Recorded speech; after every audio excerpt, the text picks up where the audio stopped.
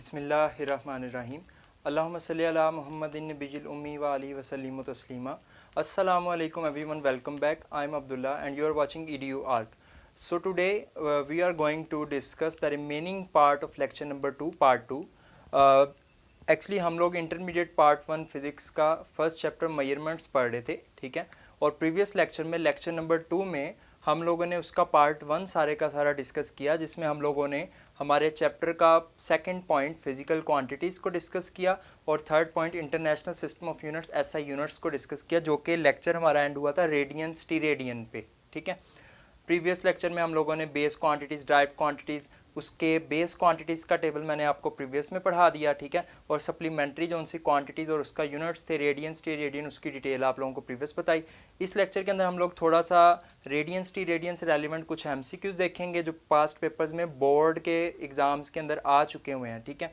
वो उनको डिस्कस करेंगे, उनके ऑप्शंस किस तरह से उनको सॉल्व किया जाता है वो सारा देखेंगे। और आज हम लोग रिमेनिंग जो पार्ट है 1.3 टॉपिक का इंटरनेशनल सिस्टम ऑफ यूनिट्स का, उसके जो रिमेनिंग पार्ट्स है जैसे कि ड्राइव यूनिट्स मैंने आपको प्रीवियस लेक्चर में कहा था कि उसका जो टेबल है वो आप लोगों ने as it is finger tips उसको ज़ुबानी याद करना है, लेकिन हम डिटेल के साथ इसके अंदर डिस्कस करेंगे वो टेबल के अंदर वो जो यूनिट्स मेंशन है वो किस तरह से आए ताकि आपको याद करने में आसानी हो, वो डिस्कस करेंगे। और हम लोग यहाँ पे प्रीफिक्सेस को डिस्कस करेंगे, प्रीफिक्सेस क्या होते हैं, उससे रेलिवेंट कुछ एमसीक्यूज देखेंगे। साइंटिफिक नोटेशन को हम लोग इस लेक्चर के अंदर देखेंगे डिटेल के साथ। और लास्ट पे वही जो आपको बताया था मैंने रेडियन स्टीरेडियन या सप्लीमेंट्री यूनिट से रेलिवेंट कुछ एमसीक्यूज को डिस्कस करेंगे, ठीक है। सो आज का हम लेक्चर अपना स्टार्ट करते हैं। First of all derived units कौन से होते हैं? ऐसे यूनिट्स, ठीक है, जो ड्राइव्ड क्वांटिटीज़ को एक्सप्रेस करते हैं उन्हें ड्राइव्ड यूनिट्स कहते हैं। अब जैसा कि हमने प्रीवियस लेक्चर में पढ़ा था, उन बच्चों को हो सकता है इस लेक्चर के अंदर कुछ चीज़ों की समझ ना लगे जिन्होंने प्रीवियस लेक्चर नहीं लिए, लेक्चर नंबर 2 का पार्ट 1 नहीं जिन्होंने लिया, तो उन्हें चाहिए कि पहले पार्ट 1 को जाके अच्छे से देखे, देन ये जो उनसा लेक्चर नंबर 2 का पार्ट 2 है उन्हें अच्छे से समझ लगेगा, क्योंकि ये ज़रा छोटा लेक्चर होगा और इसके अंदर हम बेसिकली एमसीक्यूज़ पे फोकस करेंगे कि जो हमने टॉपिक अभी पीछे स्टडी किया उससे रेलिवेंट किस किस तरह के एमसीक्यूज़ बोर्ड एग्जाम्स में पास पेपर्स में आ चुके हुए हैं और वही रिपीट होते हैं और उसी टाइप के एमसीक्यूज़ पेपर्स में हर साल आया करते हैं। और very very very important MCQs जो हम इस लेक्चर के अंदर डिस्कस करने जा रहे हैं, ठीक है। स्टार्ट करते हैं ड्राइव यूनिट्स के साथ। मैं आप लोगों को इसकी फर्स्ट ऑफ ऑल दिखाता हूँ। टेबल नंबर 1.3 आप लोगों की टेक्स्ट बुक के अंदर टेबल 1.3 है, या तो टेक्स्ट में नीचे ही बना होगा या कहीं साइडों पे भी बना हुआ हो सकता है, ठीक है। ये वाला टेबल ये आप लोगों ने देख लेना अपनी टेक्स्ट बुक के अंदर। उसमें फर्स्ट ऑफ ऑल लिखा होगा कि फोर्स का ऐसा यूनिट लिखा होगा न्यूटन, और न्यूटन के आगे लिखा होगा कि इन टर्म्स ऑफ बेस यूनिट्स, अगर न्यूटन को बेस यूनिट्स की टर्म्स में देखा जाए तो वो किसके इक्वल होता है? किलोग्राम मीटर पर सेकंड स्क्वायर। ये किस तरह से आया ये चीज़ अब आज हम लोग डिस्कस करेंगे। देखें बच्चे, फोर्स का फॉर्मूला कहता है F equals to ma, very well known formula, Newton second law of motion, ठीक है। इसमें फोर्स एज इट इज लिख लें, हम यूनिट ड्राइव करना चाह रहे हैं फोर्स का, ठीक है। मैस का यूनिट क्या होता है बच्चे? किलोग्राम। मैस का यूनिट क्या होता है? किलोग्राम। एक्सेलरेशन का यूनिट क्या होता है? मीटर पर सेकंड स्क्वायर। जब मैंने इन दोनों को कंबाइन किया तो क्या बन गया? किलोग्राम मीटर पर सेकंड स्क्वायर, जो कि इक्वल होता है 1 न्यूटन के। तो यहाँ से अब आप लोगों ने फोर्स के दोनों यूनिट्स याद रखने हैं। फोर्स का एसआई यूनिट क्या होता है? Newton. This is SI unit according to system international. SI unit force का क्या होगा बच्चों? न्यूटन। जब भी न्यूमेरिकल्स करने हैं तो फोर्स अगर न्यूटन में नहीं गिवन, किलो न्यूटन में गिवन है या किसी और यूनिट में, तो फर्स्ट हमें क्या करना पड़ेगा? फोर्स को न्यूटन में कन्वर्ट करना पड़ेगा, देन हम न्यूमेरिकल में यूज कर सकते हैं। तो एसआई यूनिट फोर्स का न्यूटन है, लेकिन अगर हम इन टर्म्स ऑफ बेस यूनिट्स देखें, ठीक है, बेस क्वांटिटीज के जो यूनिट्स हैं उनकी टर्म्स में देखें तो 1 न्यूटन इक्वल होता है किलोग्राम मीटर पर सेकंड स्क्वायर के इक्वल। इसी तरह सिमिलरली वर्क है, उसके बाद लिखा हुआ वर्क का फॉर्मूला बच्चे हम सबको पता है W equals to F.S, force multiply with displacement equals to work done, ठीक है।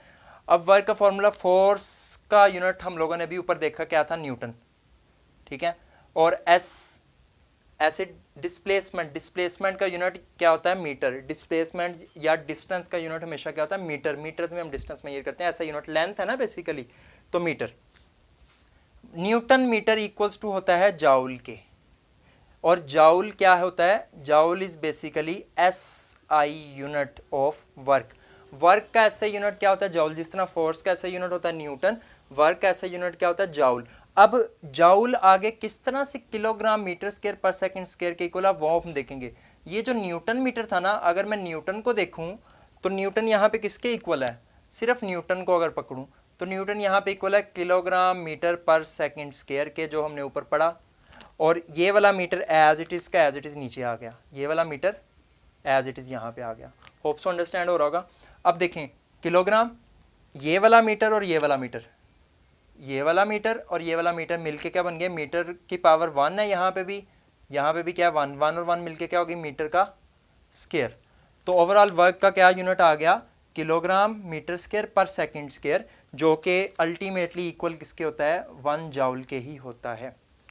तो यहाँ से हमें एक और बात पता चली, वर्क के भी 2 यूनिट्स अब आप लोगों ने याद रखने, बल्कि 3 यूनिट्स।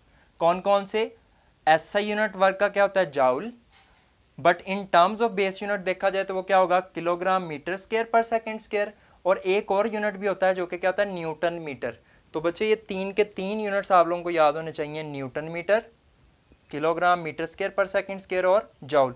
लेकिन एसआई यूनिट जाउल है। इसी तरह न्यूटन के इसके फोर्स के 2 थे, न्यूटन एसआई यूनिट था और दूसरा यूनिट क्या था, किलोग्राम मीटर पर second square. Very important MCQs जो कि पेपर में आया करते हैं, पेपर में हमसे पूछते हैं कि what are the units of work in terms of base units. तो हमने किस पे टिक करना है, kilogram metre square per second square. ये बोर्ड एग्जाम्स में आ चुका है 2017, 18, 19 किसी ना किसी बोर्ड एग्जाम में ये रिपीट हो चुका हुआ है, ठीक है, बल्कि 2-3 में आया हुआ बार बार। उसी तरीके से पावर, पावर का क्या है जी, power equals to work over time, rate of doing work is called power. तो पावर का फॉर्मूला भी साथ साथ याद करते जो बेसिक फॉर्मूलाज है आपके हर जगह काम आने हैं। P equals to W over T। अच्छा, वर्क का भी हम लोगों ने ऐसा यूनिट क्या पढ़ा, वर्क का ऐसा यूनिट पढ़ा बच्चे जाउल, तो वर्क की जगह मैंने लिख दिया जाउल। टाइम का यूनिट क्या होता है बच्चे, second. Time is a base quantity ना, तो टाइम का यूनिट क्या हो गया, सेकंड। अब जाउल सेकंड मिलके क्या बन गए, जाउल पर सेकंड। एंड जाउल पर सेकंड इक्वल होता है वॉट के, जो कि वॉट क्या है, ऐसा यूनिट किसका है, पावर का। बच्चे हमें पावर का ऐसा यूनिट पता चल चुका क्या है, पावर का ऐसा यूनिट क्या होता है, वॉट, जिसको कैपिटल W के साथ रिप्रेजेंट करते हैं और लिखते हैं क्या है, WATT वॉट। याद रखना आप लोगों ने इसको। अच्छा, एक यूनिट तो मिल गया हमें ऐसा ही, आगे वाले यूनिट्स कैसे ड्राइव हुए, यही जो बच्चे जाउल है ना, ये पूरे का पूरा जाउल। जाउल हम लोगों ने यहाँ पे पढ़ा किसके इक्वल है, जाउल इक्वल है kilogram metre square per second square के।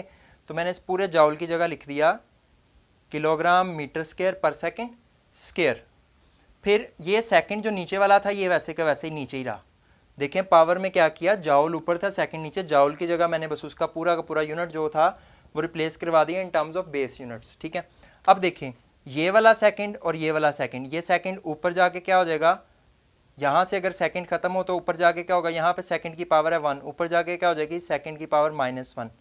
तो ये -1 और -2 मिनके क्या हो गए, -2 -1 -3, यानी अल्टीमेटली सेकंड की पावर क्या होगी, -3। किलोग्राम भी वैसे ही रहा, मीटर स्क्वायर भी वैसे ही रहा, सिर्फ क्या हुआ, सेकंड की पावर -2 की बजाय नीचे वाला सेकंड ऊपर गया, मल्टीप्लाई हुआ, तो सेकंड की पावर -2 और सेकंड की पावर -1 मिलके क्या बन गया, सेकंड की power -3।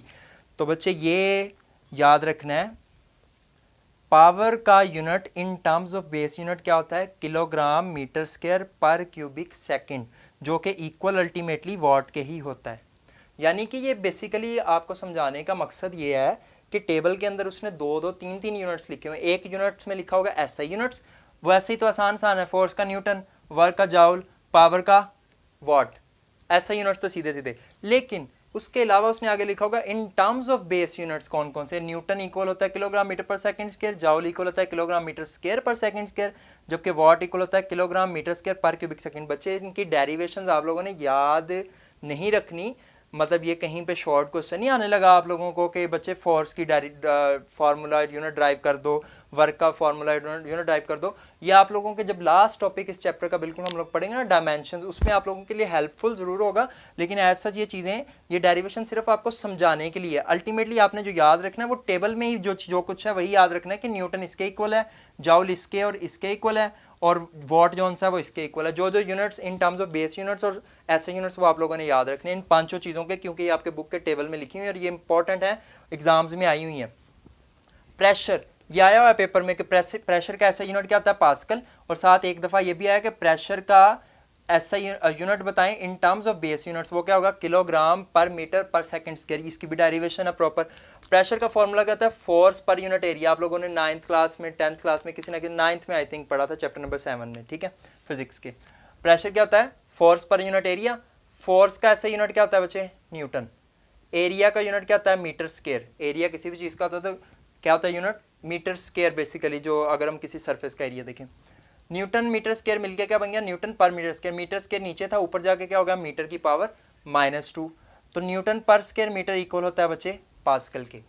And pascal is the SI unit. आपको कभी भी एमसीक्यूज में पूछा जाए कि प्रेशर का एसआई यूनिट क्या होता है, तो आपने पास्कल और न्यूटन पर स्क्वायर मीटर दोनों ऑप्शन अगर अवेलेबल हो, आपने किस पे टिक करना है, पास्कल पे। न्यूटन पर स्क्वायर मीटर पे टिक नहीं करना। अगर पास्कल ना हो फिर न्यूटन मीटर स्क्वायर हो, फिर आप उस पर टिक कर सकते हैं। ओके, फिर एक और चीज़, फिर अब हम लोगों ने इसको इन टर्म्स ऑफ बेस यूनिट्स भी ड्राइव करके देखना है। अब ये देखें बच्चे, न्यूटन किसके इक्वल होता है, किलोग्राम मीटर पर second square.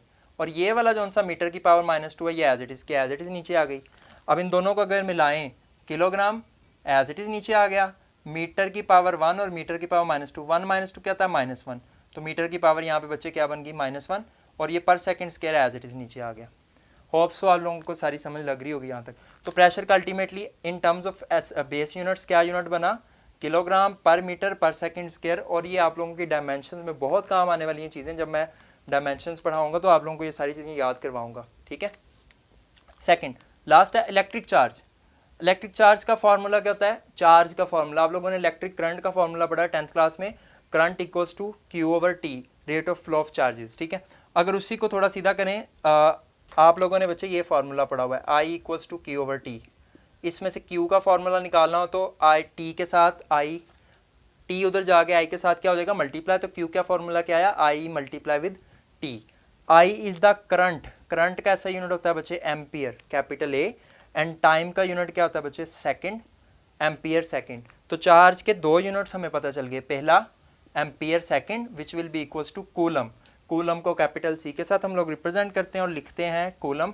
This is the SI unit, coulomb is basically SI unit of electric charge. So these 5 are the derived quantities and उन क्वांटिटीज के यूनिट्स SI भी गिवन है और in terms of base units भी आप लोगों को given है। तो ये वाले आप लोगों को फिंगर टिप्स पे इनके यूनिट्स वाला जो टेबल है ना, टेबल 1.3, वो जुबानी याद होना चाहिए। और ये चीज़ें आप लोगों को जस्ट समझाने के लिए, ताकि आपका कॉन्सेप्ट बिल्ट हो, थोड़ी आप लोगों की बेस बनी स्टार्ट हो। डायमेंशंस में फिर ये चीज़ें आप लोगों की चुटकी बजा के होंगी अगर आप लोगों को इन चीज़ों की अच्छे से समझ है। डायमेंशंस फिर आप लोगों के लिए इतनी आसान होगी, हालांकि वो बिल्कुल नई चीज़ है, लेकिन वो बच्चे जिनकी इन चीज़ों पर एक बार ग्रिप हो जाए, उनके लिए डायमेंशंस सबसे ज़्यादा आसान टॉपिक इस चैप्टर का वही है, ठीक है, वो लास्ट टॉपिक है बिल्कुल। आगे देखें बच्चे, प्रीफिक्सेस। एक और चीज़ सुन लो, इन पांचों में से पक्का पक्का एक एमसीक्यूज आना है आप लोगों को बोर्ड एग्जाम्स में। बोर्ड एग्जाम में चैप्टर नंबर 1 में से 3 एमसीक्यूज या 2 आते हैं, किसी साल 3 आ रहे हैं, किसी साल 2 आ रहे हैं, ठीक है। वो 2 एमसीक्यूज की जगह हैं जो उनसे जहाँ से वो पॉसिबिलिटी आने की मैं आपको बता देता हूँ। एक एमसीक्यूज तो पक्का base units, derived units, base quantities, derived quantities, ये जो सा ये वाला यूनिट्स और क्वांटिटीज वाला है टॉपिक, इसमें से पक्के पक्के आएंगे। किस तरह से एमसीक्यूज बन सकते हैं मैं आप लोगों के साथ डिस्कस करता हूँ। फॉर एग्जांपल जैसे मैंने बताया, ऐसा unit of pressure pascal. Work का यूनिट बताएं इन टर्म्स ऑफ बेस यूनिट्स क्या है, kilogram metre square per second square, ये आप लोगों के टेबल के अकॉर्डिंग बिल्कुल। पावर का ऐसा यूनिट वाट, लेकिन इन टर्म्स ऑफ बेस यूनिट्स क्या, किलोग्राम मीटर स्क्वायर पर क्यूबिक सेकंड।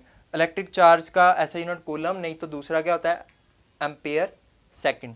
ये आगे बच्चे क्वांटिटीज में कौन कौन से आ सकते हैं। फॉर एग्जांपल आपको कहता है which one of the following is a base quantity, नीचे 4 ऑप्शन देता है, उनमें से 7 बेस क्वांटिटीज आप लोगों ने पढ़ी है, length, mass, time, temperature, electrical intensity, flight, amount of substance. अगर वो 7 में से कोई ऑप्शन है तो आप उस पर टिक कर दोगे। बाकी सारे उसने जानबूझ के कोई ना कोई ड्राइव्ड क्वांटिटी दी होगी या supplementary quantity, plane angle and solid angle दिया होगा, तो वो 7 में से कोई होगा तो आप उस पर टिक करोगे। या आपको कहता है which one of the following is a derived quantity, तो 7 बेस क्वांटिटी और 2 सप्लीमेंट्री क्वांटिटी के अलावा जो भी नीचे ऑप्शन में नीचे ऑप्शंस के अंदर कोई ऑप्शन होगा उस पर आप टिक कर देंगे। मतलब इस तरह के एमसीक्यूज बेसिक्स से आ सकते हैं, इसलिए मैं आपको कह रहा हूँ बेस क्वांटिटीज वाला 3 tables, table number 1.1 base quantities वाला, टेबल नंबर 1.2 सप्लीमेंट्री यूनिट्स वाला जो सा टेबल, और टेबल नंबर 1.3 ड्राइव्ड यूनिट्स वाला टेबल। इन तीनों टेबल्स में से एक एमसीक्यूज आपको पक्का आएगा, ठीक है। टेबल्स को बहुत अच्छे से समझ के याद करना। Second, prefixes. प्रीफिक्सेस में से भी एमसीक्यूज आने के बहुत ज़्यादा चांसेस होते हैं, और पास्ट पेपर्स में बोर्ड एग्जाम में बहुत तरह के एमसीक्यूज आ चुके हैं। आज हम लोग ये प्रीफिक्सेस वाला पूरा टेबल जुबानी याद करेंगे। मैं आपको इसका मेथड आसान सा बताता हूँ। बहुत सारे बच्चों को ऑलरेडी याद होगा, 9th क्लास में मेरे जितने स्टूडेंट्स हैं उनको अच्छे से ये प्रीफिक्स वाला टेबल अच्छे से याद होता है 9th क्लास से ही ऑनवर्ड, ठीक है। एफएससी वालों को भी मेजॉरिटी याद होता है। अब आप लोगों ने ये देखना है कि इसको जिन्होंने 9th में याद किया वेरी गुड उनके लिए, जिन्होंने नहीं याद किया उन लोगों ने अब इसको ज़रूर याद करना है, क्योंकि इसमें से एक एमसीक्यू ज़रूर आएगा। और मोरओवर आप लोगों को प्रीफिक्स का ये टेबल सारी लाइफ में काम आएगा, कन्वर्जन्स करने में, यूनिट्स की कन्वर्जन्स करने में, क्योंकि वेरी वेरी वेरी इंपॉर्टेंट चीज़ है आप लोगों की फ़िज़िक्स की बेस बनाने के लिए। और इंजीनियरिंग, वो बच्चे जिन्होंने आगे जाके इंजीनियरिंग करनी है उनके लिए बहुत इंपॉर्टेंट चीज़ें हैं ये वाली सारी की सारी, जिन्होंने आगे इंजीनियरिंग में जाना है, ठीक है। प्रीफिक्सेस टेबल नंबर 1.4 मैंने वैसे यहाँ पे बना दिया। प्रीफिक्सेस क्या होते हैं, आप लोगों को ऑलरेडी इस चीज़ का idea. Prefixes the powers of 10 are expressed in particular names. कहते हैं जो 10 की पावर्स होती है ना, जैसे 10 की पावर 18, 10 की पावर 15, 10 की पावर 12, 10 की पावर 9, मतलब मैं 10 की पावर्स को क्या करता हूँ, एक्सप्रेस करता हूँ किसी स्पेसिफिक या पर्टिकुलर नेम्स की मदद से। जैसे 10 की पावर 6 को मैं मेगा कह देता हूँ, जैसे 10 की पावर -6 को मैं माइक्रो कह देता हूँ। इनको क्या कहते हैं, प्रीफिक्सेस। आसान सी डेफिनेशन। कहते हैं यूजेस क्या क्या होते हैं प्रीफिक्सेस के। प्रीफिक्सेस को हम कहाँ यूज़ करते हैं। Prefixes are mainly used to express very large और small numbers as multiple of 10। मिसाल के तौर पे अगर 10 की पावर 18 का मतलब होता है कि 1 के आगे कितने ज़ीरो, 18 ज़ीरोज़। 18 ज़ीरोज़ मैं लिखूं तो मुझे कितनी जगह यहाँ पे कम से कम मेरी कवर हो जाएगी। उसकी बजाय मैं ज़रा छोटी एग्जांपल देता हूँ ताकि मैं लिख के भी दिखा दूँ। फॉर एग्जाम्पल 10 की पावर 6 है मेगा, मैं इसको ऐसे लिखूँ 1 2 3 4 5 6। ऐसे लिखने की बजाय मेरे पास आसान तरीका नहीं है, इसने इतनी ज़्यादा सारी स्पेस कवर की है, इसने इतनी सी जगह पे लिख दिया, ठीक है, 10 की पावर 6। तो ये बेसिक हम क्या करते हैं, बहुत बड़ी बड़ी क्वांटिटीज़ को और बहुत छोटी छोटी क्वांटिटीज़ को, जैसे 10 की पावर -18 का मतलब 0.18 ज़ीरो फिर 1, ठीक है। तो वो 18 ज़ीरो की जो इतनी सारी जगह वो कवर होनी है, वो उसका आसान तरीका क्या है, 10 की पावर -18 लिख दो। यानी इसने ये कहा कि बहुत बड़ी बड़ी क्वांटिटीज़, 10 की पावर 18 का मतलब बहुत बड़ी क्वांटिटी होता है, 1 के आगे 18 ज़ीरो लगे हों, बहुत बड़ी क्वांटिटी, ठीक है। और -18 बहुत छोटी क्वांटिटी। स्मॉलर और ग्रेटर जितनी क्वांटिटीज़ हैं उनको एक्सप्रेस किया जाता है प्रीफिक्सेस की मदद से, मल्टीपल ऑफ 10 बना के। अच्छा, इससे रेलिवेंट कुछ एमसीक्यूज आते हैं। आपको एक एमसीक्यूज आया बोर्ड एग्जाम में, which one of the following is the least multiple. मतलब कुछ 4 ऑप्शन दे देता है, उसमें से कहता है लीस्ट मल्टीपल कौन सा। लीस्ट मल्टीपल का मतलब बच्चे कि कौन सा ऐसा है जिसकी 10 की पावर सबसे छोटी है। अब अगर मैं इन सब में देखूं तो लीस्ट मल्टीपल बच्चे बनता है एटो, क्योंकि एटो की पावर 10 की पावर -18 है। और सबसे बड़ा कौन सा बनता है, एक्सा। अगर आपको 4 ऑप्शन आए और आपसे पूछे लीस्ट कौन सा इनमें से, तो आप, अगर आपको ये टेबल याद होगा तो आप 1 मिनट में बता सकते हो, टेबल नहीं याद होगा तो आप फिर सोच में पड़े रहोगे, ठीक है। इसलिए टेबल याद करना बहुत इंपॉर्टेंट है आप लोगों के लिए। फिर 1 टेरा इज इक्वल टू, आपको टेबल याद होगा तो आपको पता होगा टेरा इक्वल होता है 10 की पावर 12 के, गीगा इक्वल होता है 10 की पावर 9 के, मेगा 10 की पावर 6 के, फेमटो 10 की पावर -15 के, नैनो 10 की पावर -9 के। ये सारे वो मैंने लिखे हैं जो पास पेपर्स में आए हुए हैं। आपको पूछा कि टेरा, गीगा, मेगा, फेमटो, नैनो, अलग अलग एमसीक्यूज आए हैं कि ये किस किस के इक्वल हैं, और आगे पावर्स के ऑप्शन हैं। तो आप लोगों को पावर्स याद होनी चाहिए ज़बानी। एक एमसीक्यूज आया, रेशो ऑफ 1 नैनोमीटर टू 1 एटोमीटर क्या होगी। इस तरह रेशो का वाला एमसीक्यूज भी आ सकता है कि कोई सी दो चीज़ों की रेशो आपको कह सकता है। 1 नैनोमीटर, देखें ज़रा बच्चे गौर से, 1 नैनोमीटर, दो चीज़ों की रेशो का मतलब होता है दो चीज़ों के आपस में फ्रैक्शन, ठीक है। अब फर्स्ट ऑफ ऑल नैनो क्या होता है, नैनो यहाँ से जाके हमने देखा नैनो होता है 10 की पावर -9, ओके। मैंने लिख लिया 10 की पावर -9, साथ क्या है, चलें ज़रा इससे एक स्टेप पीछे चलते हैं। किस किस की करनी है, 1 नैनोमीटर, 1 नैनोमीटर, इसकी किसके साथ रेशो का मतलब बच्चे फ्रैक्शन। 1 एटोमीटर, 1 एटो को रिप्रेजेंट करते हैं स्मॉल ए के साथ, एटोमीटर, इन दोनों की रेशो। मैं इसको अगले स्टेप के अंदर नीचे जब थोड़ा सॉल्व करता हूँ तो देखना बच्चे क्या होता है। 1 नैनो किसके इक्वल होता है, 10 की पावर -9 के, और ये मीटर एज इट इज़। इसी तरह 1 एटो का क्या होता है, एटो का था बच्चे 10 की पावर -18 और ये क्या है मीटर। अच्छा अब देखें ज़रा इन मीटर्स को जब हम लोग कट करते हैं, दो रेशोज है ना आपस में, मीटर्स कट हो गए, 1 और 1 भी सेम है, कट हो गए, 10 की पावर -9 बचा और 10 की पावर -18 बचा बच्चे। अब इसको थोड़ा सा सॉल्व कर लें। 10 की पावर -9 ऊपर है, ये नीचे डिवीजन में ऊपर जाके क्या हो जाएगा 10 की पावर +18, तो +18 और -9 क्या था 10 की पावर +9। ये आप लोगों की रेशो आई है जो इसका आंसर आया। याद रखना रेशो नैनोमीटर के एटोमीटर के साथ क्या थी 10 की पावर +9 विदाउट यूनिट। हमेशा याद रखना दो सेम चीज़ों का जब रेशो ली जाती तो उनका कोई यूनिट नहीं होता। देखें ये भी नैनोमीटर था, ये एटोमीटर था, मीटर मीटर दोनों के साथ हो तो वो आपस में कट गया। तो सेम क्वांटिटीज़ जिनकी रेशो ली जाए उनका कोई ऐसा यूनिट नहीं होता, इसलिए लास्ट पे आंसर क्या आता है सिर्फ 10 की पावर 9। ओके, होप सो ये समझ लगी होगी। अच्छा ये टेबल किस तरह से याद करना बड़ा आसान है, ऊपर से नीचे की तरफ याद करना शुरू करते हैं, बड़ी पावर से छोटी पावर की तरफ। एक्सा तरतीब से सुनाता हूँ, टोटली आई थिंक है 1 2 3 4 5 6 7 8 9 10 11 12 13 14 15 16 है total. Exa, peta, tera, giga, mega, kilo, hecto, deca, deci, centi, milli, micro, nano, pico, femto, atto. 16 है ना टोटल। ये टोटल हमारे पास अगर 3 3 3 3 3 15 ये हो गए, एक अलग कर लो 16। अब आप लोगों का आसान काम क्या, फॉर एग्जांपल मुझसे किसी ने पूछा मुझे बताएं कि 1 गीगा किसके इक्वल होता है। मैं यहाँ पे फर्स्ट ऑफ ऑल लिखूंगा एक्सा, पेटा, टेरा, गीगा, मैं गीगा तक गिन लूंगा। AXA, peta, tera, giga, giga कहाँ पे आ रहा है 4th पे। अब पावर्स को गिनो, पावर्स की तरतीब बच्चे कुछ इस तरह से है, पावर्स की तरतीब याद रखनी है, पॉजिटिव से नेगेटिव की तरफ जाता है। पॉजिटिव 18, 18 15 12 9 6 3 2 1।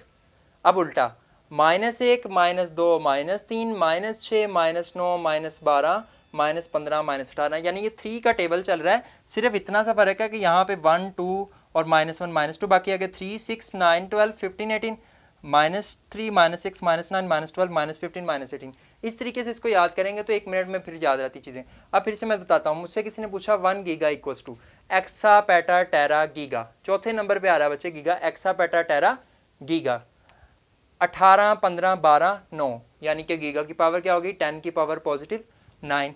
बच्चे मुझसे किसी ने पूछा 1 माइक्रो इक्वल्स टू किसके होता है, exa, peta, tera, giga, mega, kilo, hecto, deca, deci, centi, milli, micro. ये देखो यहाँ पे जाके माइक्रो आ रहा है।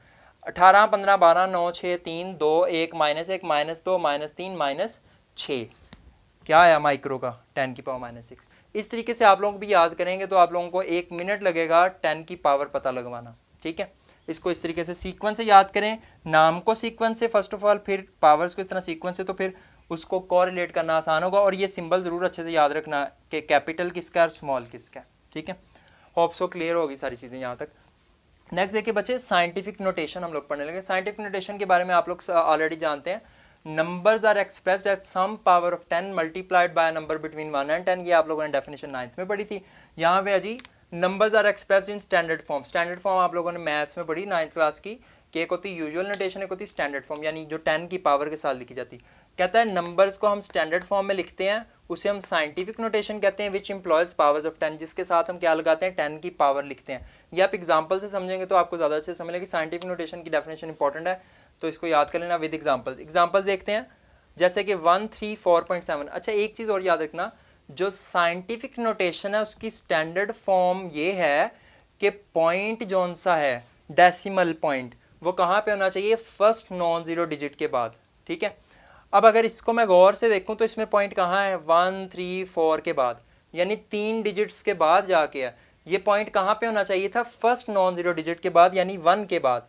This point should be after 1, this place. ठीक है, अकॉर्डिंग टू साइंटिफिक नोटेशन, जो साइंटिफिक नोटेशन की स्टैंडर्ड फॉर्म है वो हमें ये कहती है कि जब भी पॉइंट हो डेसिमल पॉइंट वो कहाँ पे हो फर्स्ट नॉन जीरो डिजिट के बाद। तो फिर ये एक सादी नोटेशन है, ये साइंटिफिक नहीं है, 10 की पावर के साथ नहीं है, ना ही पॉइंट वहाँ पे। इसको स्टैंडर्ड या साइंटिफिक नोटेशन में चेंज करने के लिए मुझे क्या करना पड़ेगा, सिर्फ इस डेसिमल को फर्स्ट नॉन जीरो डिजिट के बाद पहुंचा दो। अब ये डेसिमल बच्चे आप लोगों ने ये रूल याद रखना है, जिस तरह से मैं बताऊंगा आप लोगों ने इस तरह से याद रखना है, इंशाल्लाह आपको कभी मुश्किल नहीं आएगी। पॉइंट मैं किस तरफ मूव करवाना चाह रहा हूँ, लेफ्ट साइड पे। आप लोगों ने इसको इस तरह से याद रखना है, जब भी पॉइंट लेफ्ट साइड पे मूव करवाना है बच्चे तो पावर राइट साइड की तरफ इंक्रीज हो जाएगी, 10 की पावर इंक्रीज होगी। पॉइंट लेफ्ट साइड पे मूव करवाएंगे तो 10 की पावर इंक्रीज होगी, पॉइंट राइट साइड पे मूव करवाएंगे तो 10 की पावर डिक्रीज होगी। इस तरीके से आपने बच्चे इसको याद रखना है। मैं एग्जांपल के साथ समझाता हूँ। ये देखें 134.7 मैं पॉइंट लेके आना चाहता हूँ। यहाँ पे कितनी पोजीशन इधर लेके आया हूँ, 1 2, 2 पोजीशन मैं पॉइंट को इधर को मूव करवाया है। तो इस पूरे नंबर के साथ हमेशा एक और चीज याद रखना, जब भी कोई नंबर है उसके साथ 10 की कोई पावर ना लगी है तो मतलब उसके साथ 10 की पावर 0 मौजूद होती है, क्योंकि 10 की पावर 0 का मतलब होता है बच्चे 1 हर चीज के साथ मल्टीप्लाई हो रहा होता है, हम लिखें या ना लिखें, ठीक है। तो अब 134.7 के साथ 10 की कोई पावर नहीं थी, लेकिन उसका मतलब था कि यहाँ पे 10 की पावर 0 मौजूद है। अब मैं कितने पोजीशन इधर गया हूँ, 1 2, इसको इस तरह से समझें 1 2, 2 स्टेप्स मैं पॉइंट को मूव करवा के उधर लेके गया हूँ, यानी मैंने 1.347 बनाया। 1.347 कितने पोजीशन उधर गया हूँ, 1 2, तो 10 की पावर कितनी बढ़नी चाहिए, 0 से 1 और 2। तो ये देख लें आपके सामने 1.347 जब मैंने लिखा तो 10 की पावर कितनी लिख दिया, 2। होप सोच समझ लगी होगी। नेक्स्ट देखो, अब पॉइंट कहाँ पे होना चाहिए था, फर्स्ट नॉन जीरो डिजिट के बाद। तो पॉइंट कहाँ आना चाहिए, 1 2 3, ये 2 के बाद आना चाहिए। 2 क्योंकि फर्स्ट नॉन जीरो डिजिट है, यानी जो कि 0 नहीं है। कितने पोजीशन इधर आना है, 1 2 3। अब मैंने 3 पोजीशन राइट साइड पे जाना है तो पावर 3 पोजीशंस कम होनी चाहिए। अच्छा मुझे ज़रा बताएं, इसके साथ भी तो फिर 10 की पावर 0 मौजूद है ना। अब 10 की पावर 0 मौजूद है, देखें मैं 1 2 3 पोजीशन इधर आया तो पावर कितनी कम होनी चाहिए, 3 नंबर। 0 से 1 नंबर छोटा करता है -1 -2 और -3, यानी कि अगर मैं लिखना चाहूँ 2.3 पॉइंट अगर यहाँ डालूँ 2.3 तो साथ पावर कितनी लिखूंगा, 10 की पावर -3। होप सो ये very very very important concept है बच्चे। ये कन्वर्जन्स में, न्यूमेरिकल्स में आपके इतने काम आने वाली चीज़ें हैं कि आप लोगों की सोच है, ठीक है। तो इस चीज़ को बड़े अच्छे से समझ लेना। अगर फिर भी किसी बच्चे को समझ नहीं लगी वो मुझसे कमेंट्स में इसके बारे में पूछ सकता है, तो मैं किसी और लेक्चर में भी रिपीट करने को तैयार हूँ, मुझे कोई इशू नहीं है। लेकिन इसको समझ लेना अच्छे तरीके से, और होप सो मुझे उम्मीद है इंशाल्लाह आप लोगों ने इसको समझ लिया, सब बच्चों को समझ लगी होगी। एक ही रूल, पॉइंट लेफ्ट साइड पे मूव करवाना चाह रहे हो तो पावर इंक्रीज होगी, पॉइंट राइट साइड पे मूव करवाना चाह रहे हो तो पावर डिक्रीज होगी। ये चीज़ माइंड में रखें अपने, तो इंशाल्लाह कभी कोई इशू नहीं आएगा। रिलेटेड टू सप्लीमेंट्री, कुछ एमसीक्यूज हैं जो सप्लीमेंट्री यूनिट से रेलिवेंट हैं, वो डिस्कस करते हैं। सबसे पहले आपने याद रखना प्लेन एंगल का ऐसा यूनिट क्या आता है, रेडियन। ये वेरी इंपॉर्टेंट एमसीक्यूज पेपर में आया हुआ है, ऐसा यूनिट। सॉलिड एंगल का ऐसा यूनिट क्या था, स्टीरेडियन। ये दोनों ऑलरेडी डिस्कस हो चुके हैं प्रीवियस लेक्चर में। Angle made by ice cone on its edge is, देखें बच्चे आइस कॉन ऐसे की नहीं होती, आइस कॉन यही होती है ना जो कॉन होती है, कॉर्नेटो वगैरह या जो भी उसके को कॉन जिसको कहते हैं वो ऐसे की होती है। अच्छा देखें ज़रा, कहता है जो एंगल बन रहा है कहाँ पे, आइस कॉन की वजह से एंगल बन रहा है कहाँ पे, उसके एज पे। आइस कॉन का एज क्या होता है, ये जगह पे, इस जगह पे जो सा एंगल बन रहा है इस एरिया की वजह से, इस एरिया की वजह से, आइस कॉन की वजह से इसके एज पे ये जो एंगल बन रहा है वो एंगल क्या कहलाएगा बच्चे। अगर आप लोगों को थोड़ा सा मैं रिमाइंड करवाऊं तो ये था एक स्फीयर, ये था एक एरिया, और इसके सेंटर पे यहाँ पे एक एंगल बन रहा था। तो ये बिल्कुल कौन ही नहीं इसके अंदर बन रही, तो इस एंगल को बच्चे हमने क्या नाम दिया था, इस एरिया की वजह से जो एंगल बन रहा था ए और एरिया इक्वल होता था r², इसको हमने नाम दिया था स्टीरेडियन, SR। तो यानी याद रखना angle made by ice cream on its edge is SR steradian, याद रखना आप लोगों ने इसको, ठीक है। आइसक्रीम की वजह से उसके कोने पे जो एंगल मेड होता है, एंगल बनता है, उसको हम स्टीरेडियन कहते हैं, SR। वेरी इंपॉर्टेंट एमसीक्यूज आप लोगों ने इसको, बल्कि सारे के सारे ही बहुत इंपॉर्टेंट है, बोर्ड एग्जाम्स में आए हैं सारे। Ratio of C to D, C to D का मतलब बच्चे सर्कमफ्रेंस का डायमीटर के साथ, सर्कल का सर्कमफ्रेंस और डायमीटर की रेशो हम लोगों ने ऑलरेडी भी निकाल के देखी। ये देखें ज़रा, इसका स्क्रीनशॉट चाहे तो एक ले लें जल्दी से, फिर मैं थोड़ा सा ना आप लोगों को वहाँ कहीं रिमूव करके किसी जगह पे सेट कर देखें। C circumference, D is diameter, इन दोनों की रेशो। सर्कमफ्रेंस ऑफ सर्कल का फार्मूला होता है 2πr और डायमीटर का फार्मूला होता है 2r। डायमीटर क्या होता है? डबल ऑफ द रेडियस, ठीक है ना। डायमीटर और सर्कमफ्रेंस, होप सो आप लोगों को ये बातें पता नहीं है पहले। सर्कमफ्रेंस होता है 2πr, सर्कमफ्रेंस किसको कहते हैं? किसको कहते हैं? सर्कल की बाउंड्री को कहते हैं सर्कमफ्रेंस। और डायमीटर क्या होता है? एक सर्कमफ्रेंस के एक किनारे से लेके दूसरे किनारे तक का डिस्टेंस जो सेंटर ऑफ सर्कल से पास हो रहा हो, वो डिस्टेंस होता है 2r। इन दोनों की क्या करनी है बच्चे? रेशो, सी की रेशो डी के साथ। रेशो का मतलब क्या होता है? इन दोनों को मैंने क्या करना है? डिवाइड। तो अब सी ओवर डी इक्वल होगा 2πr ओवर 2r। तो सी ओवर डी का बच्चे आंसर क्या आ रहा है? 2 भी कट गया, r भी कट गया, बचा क्या? सिर्फ पाई।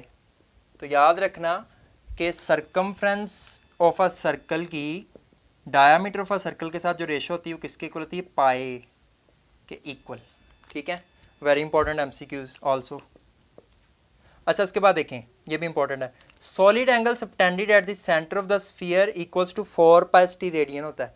कहता है जो सेंटर ऑफ द स्फीयर पे सॉलिड एंगल सबटेंड होता है वो कितना होता है? 4π रेडियन होता है। इसका मैं आप लोगों को थोड़ा सा रिमूव करके ही समझा सकता हूँ। किसी जगह से रिमूव कर देते हैं, ये टेबल रिमूव कर देते हैं, आपको ऑलरेडी सारे की समझ लगी होगी, होप सो। और ये भी, ये देखें ज़रा, सॉलिड एंगल हम लोगों ने फाइंड करना है बच्चे। अगर आप लोगों को मैं याद करवाऊँ, स्टीरेडियन का जो एंगल था सॉलिड एंगल फाइंड करने का, हमने फॉर्मूला क्या पढ़ा था? Theta equals to a over r square. Previous lecture के बिल्कुल लास्ट पे हम लोगों ने फॉर्मूला पढ़ा, ठीक है। मैं क्या किसका निकालना चाह रहा हूँ? एक स्फीयर के लिए, ठीक है। मुझे बताएं बच्चे, एक स्फीयर का एरिया क्या होता है? पाई आर स्क्वायर, 4πr स्क्वायर। याद रखना, थीटा फाइंड करना चाह रहा हूँ, वो फॉर्मूला कहता है a over r square. Area कितना होता है एक स्फीयर के लिए? 1 स्फीयर, यानी कंप्लीट स्फीयर के लिए एरिया कितना होता है? 4πr square. और रेडियस तो वैसे का वैसे ही बच्चे आगे आ गया। अब ये रेडियस का स्क्वायर आपस में कट गया, तो बच्चे ये थीटा का आंसर किसके इक्वल आ रहा है? क्या बच रहा है? सिर्फ यहाँ पे 4π। तो ये आप लोगों ने याद रखना है, 4π 7 यूनिट क्या? स्टीरेडियन। तो solid angle subtended at the centre by a sphere, एक स्फीयर की वजह से कितना एंगल सबटेंड होगा? 4π स्टीरेडियन। अगर यही 1 स्फीयर की बजाय हाफ स्फीयर कह दे या 1 ओवर 4 स्फीयर यानी क्वार्टर स्फीयर का वर्ड यूज कर ले, तो क्या करना है हमने? फॉर्मूला सेम रहेगा बच्चे, theta equals to a over r square ही। हाफ स्फीयर के लिए अगर हम लोग देखें 1 ओवर 2, मुझे बताना है आप लोगों ने, एक स्फीयर का एरिया होता है 4πr स्क्वायर, तो हाफ का क्या होगा? 4πr स्क्वायर डिवाइड हो जाएगा 2 पे, तो बचा क्या? 2πr square. देखें, इसका तो एरिया होता है 4πr स्क्वायर, हाफ स्फीयर के लिए क्या होगा? 4πr स्क्वायर डिवाइड हो जाएगा 2 पे, बचेगा क्या? 2πr square. यानी कि इसका एरिया कितना रह गया? 2πr। तो हम एरिया कितना पुट करेंगे बच्चे? 2πr square divided by r square. Cutting cutting बचा गया 2π स्टीरेडियन। तो याद रखना है कि थीटा इसके लिए कितना आया? 2π स्टीरेडियन। फुल स्फीयर के लिए जब सॉलिड एंगल फाइंड करना है तो आंसर आता है 4π स्टीरेडियन एमसीक्यूज। हाफ स्फीयर के लिए आंसर आता है 2π स्टीरेडियन। सिमिलरली बच्चे अगर क्वार्टर स्फीयर के लिए करें 1 ओवर 4 के लिए, तो एरिया जो सा है 1 ओवर 4 स्फीयर के लिए अगर करें तो टोटल जो एरिया है वो होता है 4πr स्क्वायर, वो डिवाइड हो जाएगा बच्चे 4 पे, बचेगा क्या? πr स्क्वायर, ठीक है। यानी सिर्फ बच कितना रहा एरिया? πr square. अब सेम फार्मूला, उसमें बस क्या करें? थीटा इक्वल्स टू एरिया की जगह पुट कर दें πr स्क्वायर, नीचे क्या है? r स्क्वायर ही है। r स्क्वायर इसके साथ कट गया तो बाकी का बच रहा है बच्चे पाई। यानी कि ये 3 एमसीक्यूज हैं बच्चे सेपरेट, इसको मिक्स नहीं करना आप लोगों ने। जब पूरे स्फीयर के लिए निकाला है तो जब पूरे स्फीयर के लिए मैं सॉलिड एंगल निकालना चाह रहा हूं तो मैं एरिया ऑफ स्फीयर भी पूरा पुट कर रहा हूँ 4πr स्क्वायर, तो r स्क्वायर कट के बच रहा है 4π स्टीरेडियन। जब हाफ स्फीयर के लिए निकाल रहा हूँ तो एरिया भी किसका पुट कर रहा हूँ? हाफ स्फीयर का, जो कि क्या होता है 2πr स्क्वायर, तो कट के आंसर क्या बच रहा है? 2π। जब क्वार्टर स्फीयर के लिए निकाला हूँ तो उसका एरिया भी क्वार्टर स्फीयर का यानी चौथा हिस्सा स्फीयर का, तो उसका एरिया भी कितना पुट कर रहा हूँ? πr square, 4πr square, 2πr square and last पे πr स्क्वायर, कटिंग बचा क्या? Pi steradian. Very very very important MCQs, तीनों के तीनों 3 एमसीक्यूज हैं। Last, angle subtended at the centre by circumference of a circle equals to 2π radian. इसका answer लिखा हुआ, कहते हैं कैसे होता है ये भी देखते हैं अभी। Angle subtended at the centre of the by the circumference of a circle. अब स्फीयर की बात नहीं हो रही, किसकी बात हो रही? सर्कल की। तो सर्कल का जब भी एंगल निकालना होता है तो हम फॉर्मूला रेडियन वाला लगाते हैं बच्चे, ठीक है। अब देखें रेडियन वाला फॉर्मूला हमें याद होगा, थीटा इक्वल्स टू होता है L/R।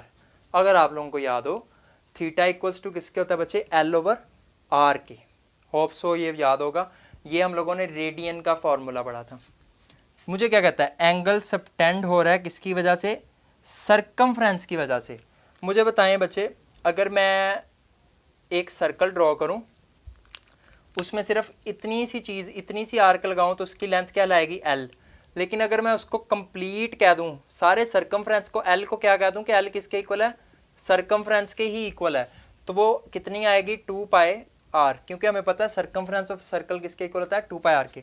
यानी अगर मैं फॉर्मूले में लेंथ की जगह पुट करूं c, नीचे वैसे ही, और c किसके इक्वल होता है बच्चे 2πr के। सर्कमफ्रेंस ऑफ सर्कल का फॉर्मूला होता है 2πr, ये आ रहा है एज इट इज, r और r कट गया तो बाकी क्या बच रहा है बच्चे 2π। यानी कि जो एंगल सबटेंड होगा पूरे के पूरे सर्कल के सर्कमफ्रेंस की वजह से उसके सेंटर पे, यानी कि अगर मैं इसको रेडियस मानूं, ये पूरा का पूरा ये एंगल कितना होता है 2π, क्या होता है, रेडियंस। बच्चे ये आप लोगों ने मैथ्स में ट्रिग्नोमेट्री में भी पढ़ा हुआ है कि 360 डिग्री, देखिए सर्कल के अंदर टोटल कितने डिग्रीज होते हैं 360 डिग्री, वो किसके इक्वल होते हैं 2π रेडियंस के। तो ये हम लोगों ने ड्राइव किया। Very very very important MCQs, सारे का सारा आज का जो लेक्चर है बहुत इंपॉर्टेंट है, पार्ट 2, लेक्चर नंबर 2 का पार्ट 2। इसको बहुत अच्छे से बच्चे आप लोगों ने समझना भी है, और इंशाल्लाह इससे अगले लेक्चर इससे ज़्यादा इंटरेस्टिंग और मज़े के आने वाले हैं। तो ये लेक्चर आप लोगों ने चैप्टर 1 के मिस नहीं करने बच्चे। एक दफ़ा ये चीज़ें समझ लगी ना बेस 1 की, अगले लेक्चर्स में अगले जब हम न्यूमेरिकल सॉल्व करेंगे तो आप लोगों को जिस तरह से मैं करवाऊंगा आप लोगों को बहुत आसानी से समझ लगेगी सारे न्यूमेरिकल्स की। आप लोगों को न्यूमेरिकल्स करने का इंशाल्लाह ताला मज़ा आएगा, ठीक है, होप सो। अच्छा एक टॉपिक यहाँ पे बच्चे, इस टॉपिक का अभी भी हमारा रह गया, वो मैं जल्दी से आप लोगों को डिस्कस कर लेता हूँ। आप लोगों ने खुद ही बुक से पढ़ लेना, इतना इंपॉर्टेंट टॉपिक नहीं है। वो है sign conventions for indicating units. जब भी हम लोग यूनिट्स लगाते हैं उसके लिए कुछ साइन कन्वेंशंस हैं। मिसाल के तौर पे पहली उसकी जो पहली कन्वेंशन या उसका रूल है, वो रूल ये है कि अगर आप लोग किसी यूनिट का नेम लिख रहे हैं ना पूरा, और वो नेम अगर किसी साइंटिस्ट के नाम पे है, तो आप उसके नेम का पहला लेटर कैपिटल नहीं लिखेंगे। फॉर एग्जांपल न्यूटन, फोर्स का यूनिट होता है बच्चे न्यूटन, और वो जो न्यूटन है वो किसके नाम पे साइंटिस्ट है, सर आइजैक न्यूटन, ठीक है। तो आप लोग जब भी न्यूटन लिखोगे तो उसका एन क्या लिखोगे, छोटा, ये याद रखना है, ठीक है।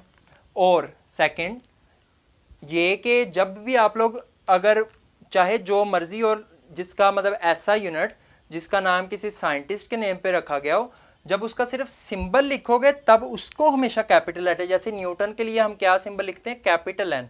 तो जब कूलम के लिए हम क्या सिंबल लिखते हैं, कैपिटल सी। वैसे सी छोटा लिखना है पूरा नाम लिखते वक्त, लेकिन सिंबल क्या लिखना है, बड़ा, ठीक है। ये दो। दूसरा कंपाउंड प्रीफिक्सेस अलाउड नहीं होती, जैसे कि मैं कहीं पे भी ऐसे नहीं लिख सकता 1 माइक्रोफैरड, ये लिखना गलत है। माइक्रो को मिला के जौन सा भी नया प्रीफिक्स बनता है वो बनाना चाहिए। 1 माइक्रोफैरड मैं कहीं पे भी लिखूँ, माइक्रो और माइक्रो मिलके बन जाते हैं पिकोफैरड, तो 1 पिकोफैरड लिखना सही है। माइक्रो कंपाउंड प्रीफिक्सेस का मतलब दो प्रीफिक्सेस एक ही क्वांटिटी में इकट्ठे साथ नहीं, इस तरह साथ साथ नहीं लिख सकते, ये गलत होता है। दूसरा, जब भी आप लोगों को कोई एक रूल है वो इस तरह से कि आप लोगों को कहा जाए 1 × 10⁻³ मीटर। अब यहाँ से आप लोगों को प्रीफिक्स से पता लगेगा 10⁻³ बच्चे होता है मिली के इक्वल, तो मैं इसको लिख सकता हूँ 1, इसकी जगह क्या है मिली, ये क्या है मीटर। अब ये देखें ज़रा, मैंने मिली और मीटर आपस में विदाउट स्पेस पास करके लिखे हैं। ये भी एक रूल है कि जब भी हम लोग यूनिट्स के साथ प्रीफिक्स लिखते हैं तो हम उस प्रीफिक्स को विदाउट एनी स्पेस उसके साथ लिख दिया करते हैं ये। फिर उसके बाद कहता है जब कॉम्बिनेशन बनता है, जैसे कॉम्बिनेशन में मैं आपको एग्जांपल देता हूँ न्यूटन मीटर की, न्यूटन और मीटर की। अब न्यूटन जौन सा है एक अलग से क्या है यूनिट, मीटर क्या है एक अलग से यूनिट। यहाँ पे बच्चे मिली यूनिट नहीं था, मिली प्रीफिक्स था, मीटर यूनिट था।